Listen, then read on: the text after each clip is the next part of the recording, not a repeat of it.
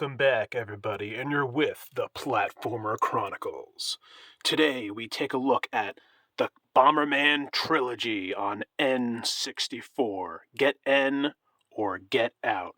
Excellent video games. These games share a lot of cherished childhood memories from growing up in the late 1990s for all of us. These are the golden years of Bomberman as a character. In my opinion, after this era, Bomberman really never became great again, even to this day. You can loosely call these games on the N64 a trilogy, and they are platformers, and we'll get into that. Plus, there is also the PS1 exclusive game, Bomberman World, which is one of my favorite video games of all time. I absolutely adore that game. Briefly, let's talk about Bomberman World. While it is technically a puzzle game, there are elements to the game that make me question whether it's kind of a platformer at the same time. Sure, it's mostly a puzzle game, but it does have elements of a platformer, does it not? Which brings me to my next topic. Let's first talk about good old Bomberman 64. One of the highlights of the N64 is Golden Rain. You can look at the map of the levels differently than other 3D platformers. This is basically a puzzle platformer, I guess you could say. Bomberman can't jump like he usually can't. The first game that Bomberman could jump was Bomberman Hero. And back in the day, everybody talked about that. Oh wow, Bomberman can jump in that game? Holy shit. Yes. But we'll go talk about Bomberman Hero after. Anyway, in 1997, Bomberman 64 was a big hit. The Nintendo 64 box art was very memorable. Now, Bomberman during the late 90s, usually the characters, the villains in the games, were all these colorful characters with masks, and they were very mysterious, and it was very cool. And especially on the cover, the front cover of Bomberman 64, you wanted to know who these other characters were. So today we're honoring Bomberman. Since Bomberman can't jump in this game, and jumping is one of the key things that defines a platformer, how could you really say that Bomberman 64 is in fact a platformer? But I would definitely consider it one, since you have to solve things and you can destroy enemies. You don't have to jump for it to be a platformer, because there are certain ways to get Bomberman to sort of jump in Bomberman 64, certain strategies. Now, since we would consider Bomberman 64 a platformer, why should the category be any different for Bomberman World?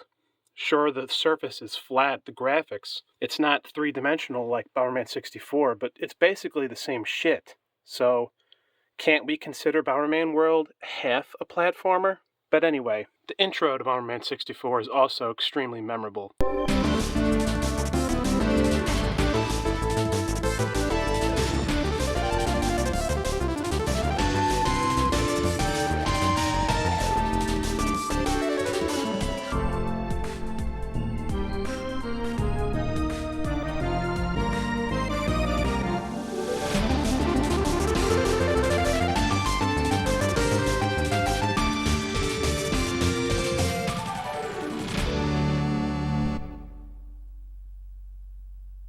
Another thing I want to mention briefly about all three of these games is that they have the greatest video game soundtracks I've ever heard in my entire life. They are absolute bangers. They are amazing soundtracks to these games. Very addictive, just that energy and force that the 1990s had.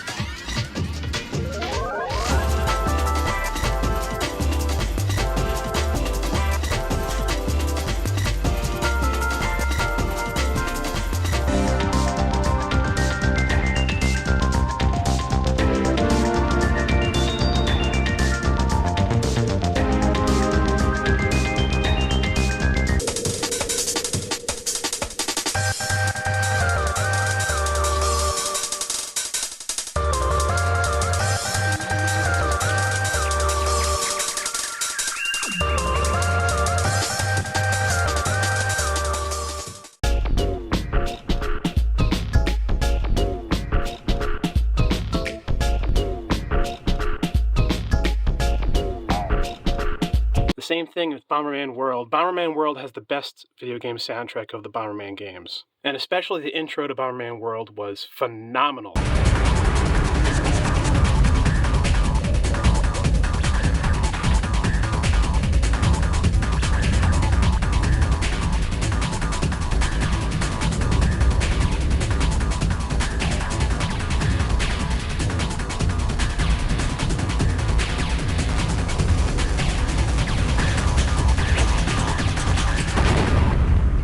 Now, of all the colorful villains Bomberman's ever fought, the most memorable ones were in Bomberman World. They were kind of like the evil Power Rangers. Usually in these games, the villains each were a certain aspect of weather, like earth, desert, water, wind, shit like that. You could also kind of consider them like the evil version of the kids in Captain Planet. Okay, but, you know, a cool version. Bomberman 64 is very memorable. It gets an A+ for me. But now let's talk about its sequel. A direct sequel, Bomberman 64, The Second Attack. This is a very difficult game, definitely the hardest on the N64. This game right here, in fact, this particular copy, is extremely, extremely rare. It costs a lot of money these days. This is an original copy, and there are reproduction carts of this game if you go to some of those retro stores. If you're lucky, you might find it, and you'll be able to play Bomberman 64, The Second Attack. It was released during the final legs, during the last year of the N64 or something like that, and they were extremely rare. The intro and the music is really catchy.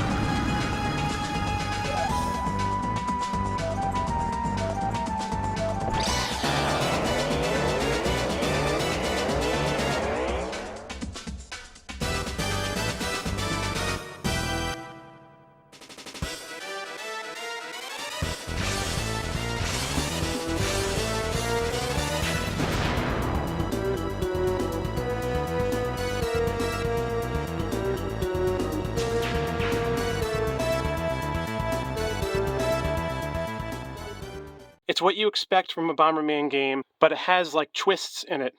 And you see Bomberman in different environments compared to the other games. Also, the dialogue is a lot better. There's a lot of serious dialogue. And I think some of the characters from the first Bomberman 64 return, I think. I'm not too sure. But this game is so difficult, I can't even get past the third fucking boss or some shit. Now, in the game, Bomberman has a little sidekick called Pommy, who follows him around all the time.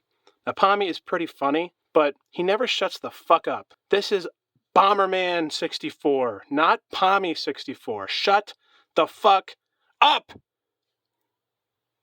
I mean, I like that he's there. The fact that he follows Bomberman around is a thing that makes Bomberman 64 The Second Attack stand out from the other Bomberman games. And I think Pommy has probably appeared in a Bomberman game before this, but I guess looking back, this is Pommy's greatest achievement being in this game. So now let's talk about Bomberman Hero. Arguably, amongst Bomberman fans, a lot of fans really love this one and view it as the best Bomberman game on the N64. Like I said earlier, he can jump. The intro is amazing and funny, with Bomberman getting chased by the giant snowball.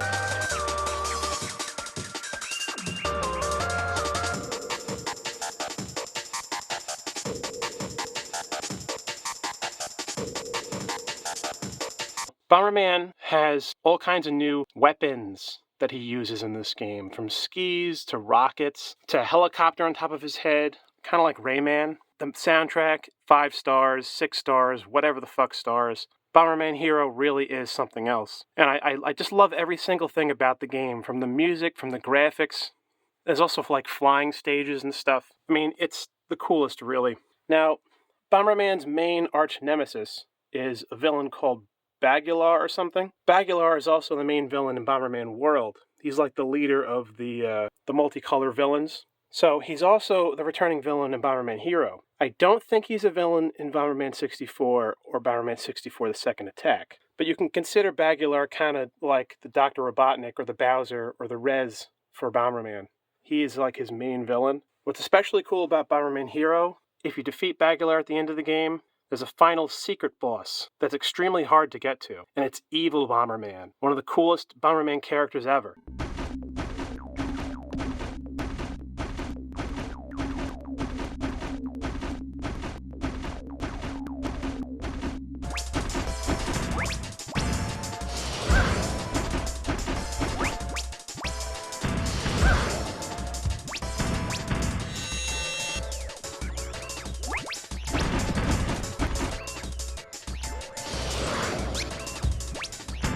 And he's just badass. He kind of reminds me of The Undertaker or something, and he has like bat wings. He's basically, I don't know, demonic, and he's Evil Bomberman. I mean, it's just cool as hell. And the boss music is awesome in that, but it's a highlight of Bomberman Hero. It's just too bad you really can't get it in the game. You have to unlock it, and it's a pain in the ass. But anyway, this is my video on celebrating Bomberman's 90s legacy, which were the greatest years of his career. And I really hope he explodes on the scene again and makes Bomberman games like he used to. Like they used to make Bomberman games. And Bomberman should be a playable character in Super Smash Bros. And someone should put him in a mod of Super Smash Bros. 64. Bomberman is a video game legend, and these were his prime years. These were the years that we remember Bomberman of. These are the years that made him more legendary than he was in the 80s. The late 90s era of Bomberman. Yes, the GameCube era was really cool, but they started changing the image of Bomberman, and it's just, these are like top tier in my opinion. And it's really too bad that this is an extremely rare game, because I would have loved to play this back in the day. And I know you guys would have loved to play it too. But it's kind of neat that it's extremely rare. In fact, it's one of the rarest N64 titles out there. One of the greatest video game platformer stars of all time. Thank you for all your explosive powers, Bomberman. We will never forget the legacy you've left behind on the N64, PlayStation 1, and Sega Saturn, and Game Boy Color.